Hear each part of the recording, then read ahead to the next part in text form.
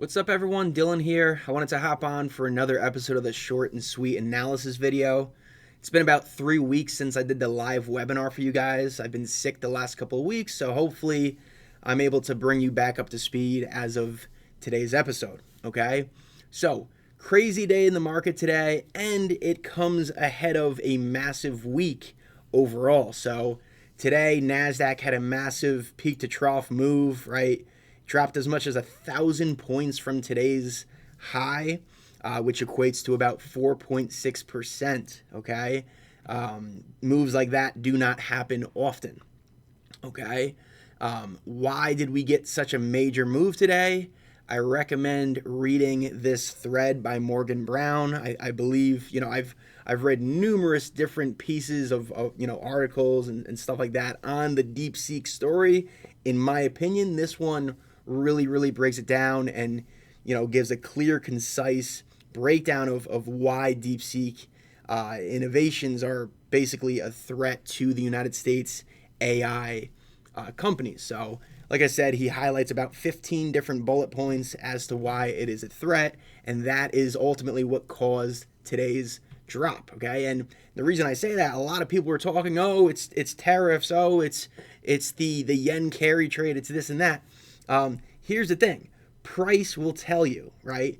And if you look, the NASDAQ closed down 3% today, whereas the equal weighted S&P was literally green. It closed green today. So that tells me, right, that the Dow Jones was also green. That tells me that the tech was the biggest driver of the move to the downside, aka DeepSeek and AI valuations at risk, right? So there's that, okay? Like I said, we have a very busy week ahead. We have the Fed event on Wednesday. We have GDP and initial jobless claims Thursday, and then we have PCE on Friday, okay? On top of that, you have earnings this week, massive earnings from some of the mega cap names. Wednesday, Tesla, then Meta and Microsoft, and then Thursday you have Apple, okay? So a lot of busy, pieces and moving parts going on. So hopefully I'm able to kind of, take you guys from last week and then into today and going forward where I'm looking at some of the key areas to look at. Okay, so as of last week, I was very neutral. Okay, a lot of people were bullish. A lot of people that are usually bullish were ultimately very bullish heading into last week because the cash index of the S&P 500, you look at SPX, you look at SPY, whatever you want to do, right? The S&P was making all-time highs, right? Which ultimately is usually a bullish sign and usually leads to more strength, okay?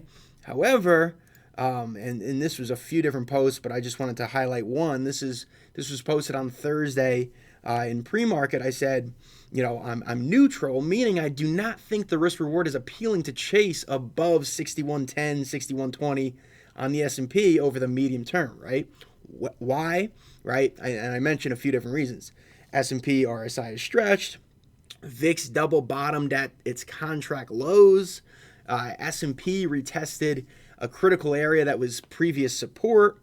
It had 3-hour supply up top, right? There was a few different aspects, right? From a risk reward standpoint, on a medium term basis, the upside seems limited relative to the risk, okay? A dip towards 6,070-ish or below would be more appealing spot for medium term folks to reload in my eyes, okay? So I wanted to preface in saying that up here, above 6110, 6120, there were pieces of context that I look at on an everyday basis that were basically saying, hey, wait for a little bit of a pullback to, get active from the long side, if anything, right? And rather than chasing those highs, okay? So today, definitely pulled back well beyond that 6,070 area, but in my opinion, it was very needed. Okay, so let's get into today. Okay, first off, the S&P and the NASDAQ both came into oversold territory. Okay, S&P, the NASDAQ, you could see oversold territory on both instruments, right? What does that do? That creates demand from buying programs, right? Buy programs that, that get triggered based on oversold conditions will start to, come into effect, and those algorithms will start to buy because positioning becomes offsides, people are chasing the lows, so on and so forth. Okay?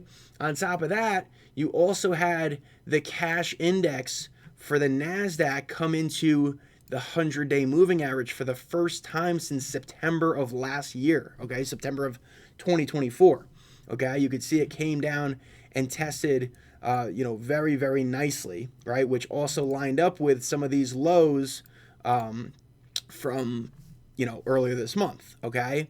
So the fact that RSI on the S&P and the NASDAQ futures went into oversold territory on some of the higher time frames, and the cash index for the NASDAQ tested a key 100-day moving average, it definitely was, in hindsight, it was a pretty decent spot to, go for a long, per se, right?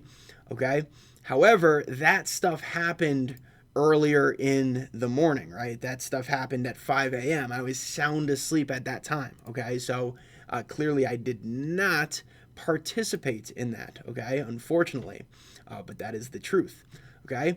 So where do we go from here, okay? First off, I wanted to highlight this SOX critical trend line, right? This critical trend line, which was established back in October of 2023, has literally marked every single low in the semiconductor space, right? Each time it has tested that, it has coincided with a major bottom in the S&P and the NASDAQ, okay? So it has held, like I said, since it started back in October of 2023. Today was the first time that it failed to hold there and, essentially sold off well beyond there, okay? So it sold off an additional basically 4.5% beyond that critical trend line, okay? And what did that do? The NASDAQ basically, with that piece of context, the NASDAQ failed to sustain value on pops near, going into the Fibonacci, right? I was using a 50% Fibonacci to kind of gauge, right? I was personally using this one using today's high and low, right? However, if you want to extend this to where this recent sell-off basically started to occur, that one was respected much, much better, okay? So going forward, I want to keep an eye on that 21,421 on the NASDAQ as, like I said, the tech was the leading driver of this move today. So because it's the weaker instrument, I want to keep an eye on the weaker instrument at areas of resistance. In theory, the weaker instrument should fail at resistance, okay? So I want to keep an eye on that area to see if the sellers reload and basically try to deter the rally from moving higher, okay? On the flip side, if the weak index manages to break above that area and sustain value, that tells me that, okay, the bulls are very, very strong, resilient, and they are, showing that the ball is in their court. So I want to use that general area as a bull and bear line in the sand, per se, okay? So that's the key area to the upside. To the downside, I want to look at the S&P 6,000 to 5,990 area. The reason I want to look at that is because I'm using a measured move based on the last time we had a structure like this.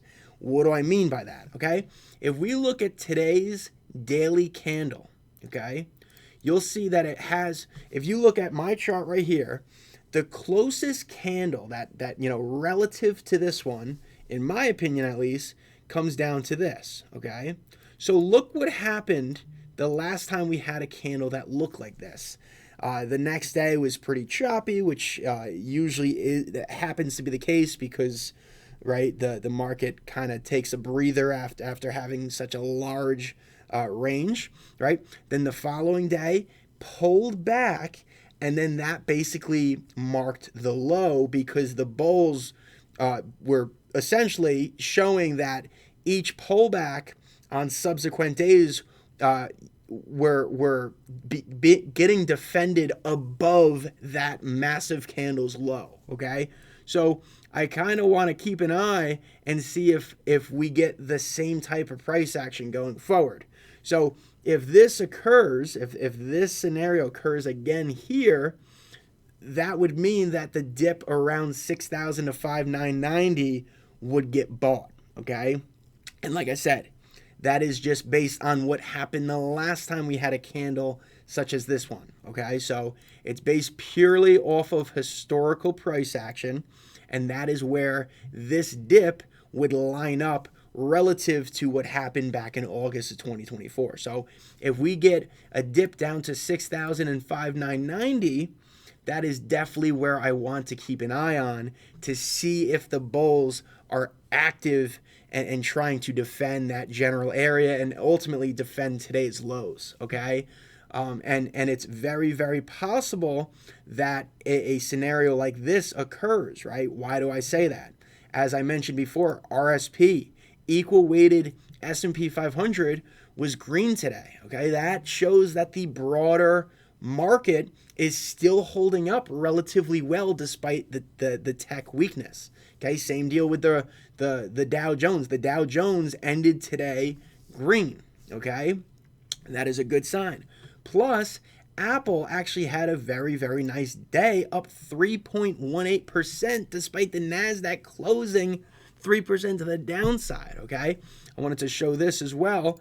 I highlighted this type of scenario on the 21st. I said, hey, Apple's down over 15% over the past 3 weeks, right? Yet the S&P is less than 1% from all-time highs, right? Talk about resiliency. I said Apple daily RSI is oversold for the first time since March, right?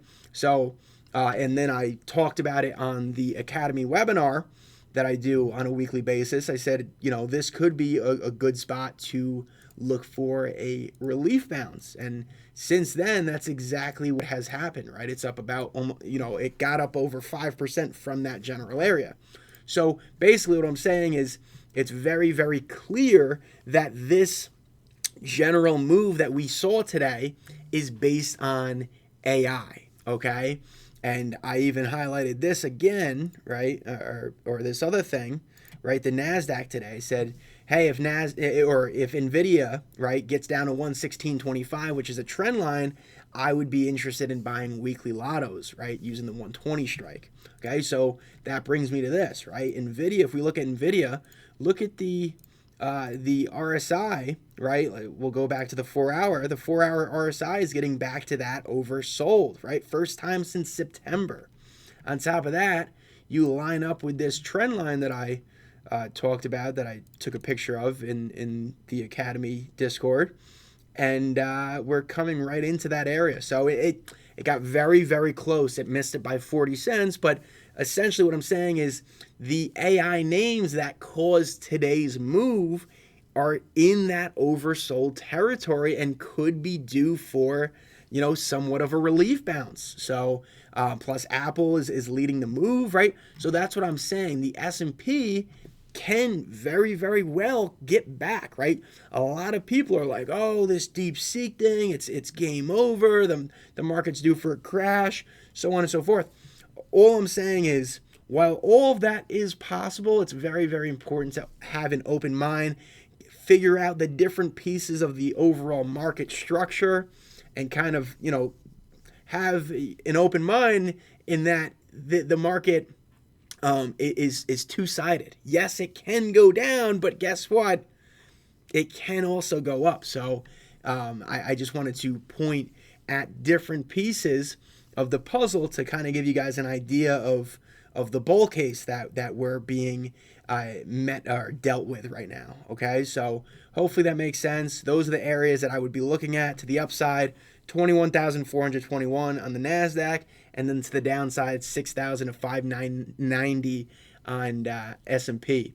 And those are the key areas that I will be gauging into this busy week. I will talk to you guys next week. If you guys have any questions, let me know. And hopefully I will be more active now that I'm a little bit better. Peace.